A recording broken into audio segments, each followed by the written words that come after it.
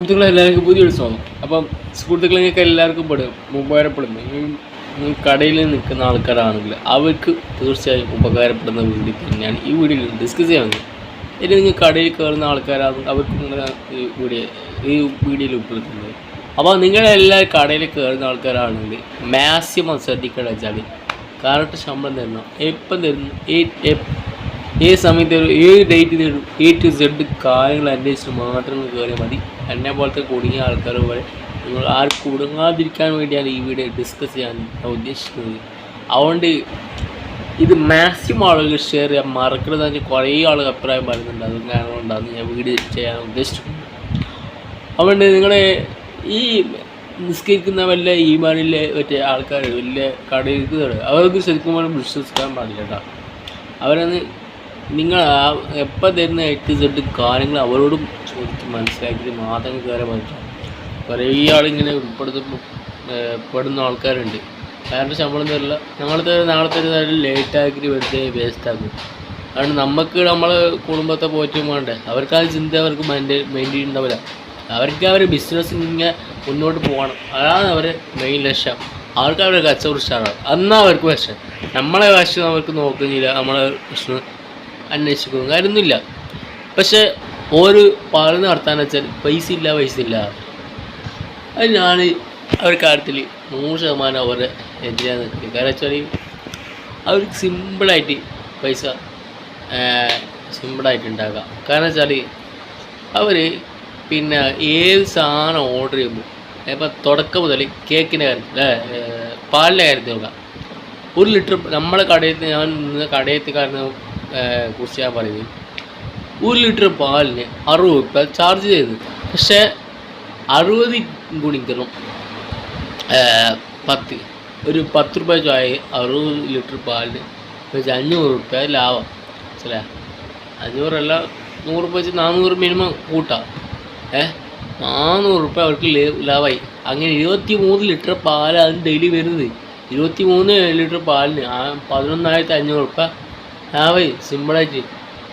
13,000 അപ്പം 500 ഗുണിക്കണം എത്ര, 23 ഗുണിക്കാം 1,500 രൂപ പാലായിട്ട് ഇവർക്ക് സിമ്പിളായിട്ട് ലാഭിക്കാം.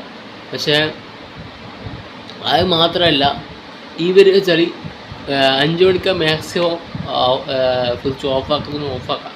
പക്ഷേ ഇവർ 2 മണിക്കൂർ മുമ്പേ ഓഫാക്കിയിട്ട് പിറ്റേന്നാൾ പാലാക്കുമ്പോൾ 5 ലിറ്റർ പാൽ ഇങ്ങനെ വേസ്റ്റാകും.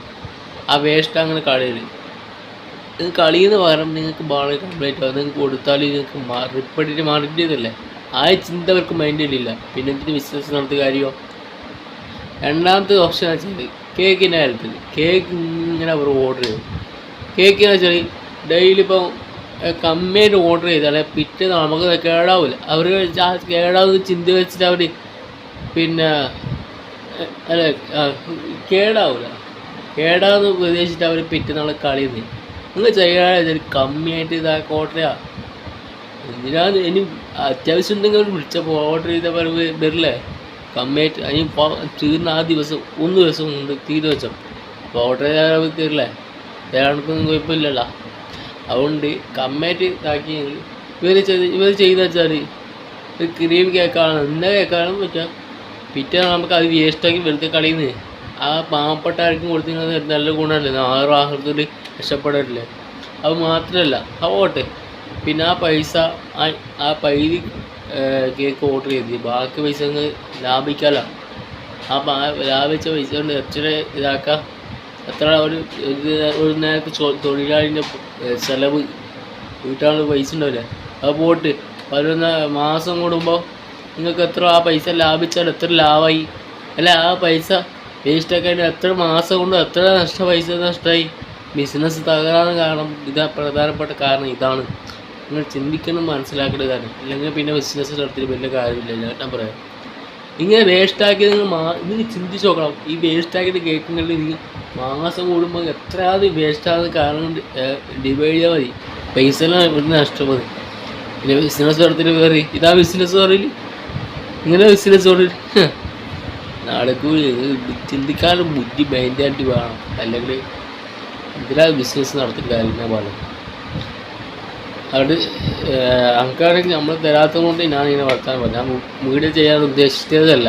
അതുകൊണ്ട് മാക്സിമം ആളുകൾക്ക് ഷെയർ ചെയ്യാൻ മറക്കുന്നതെന്ന് വെച്ചാൽ നിങ്ങൾ കുടുങ്ങിയിട്ടുണ്ടാവാൻ ആളുകൾക്ക് കമൻറ്റ് ചെയ്യാൻ മറക്കരുത്. അടുത്തൊരു വീഡിയോയുമായി നല്ലൊരു വീഡിയോയുമായി കാണുന്ന ജുനൈദ് ബൈ. ഓക്കെ, വീഡിയോ ഇഷ്ടമായെങ്കിൽ ലൈക്കും ഷെയറും സബ്സ്ക്രൈബ് വേണമെങ്കിൽ ചെയ്തു, ലൈക്കും വേണമെങ്കിൽ ചെയ്തു. ഓക്കെ, അസ്സലാമു അലൈക്കും.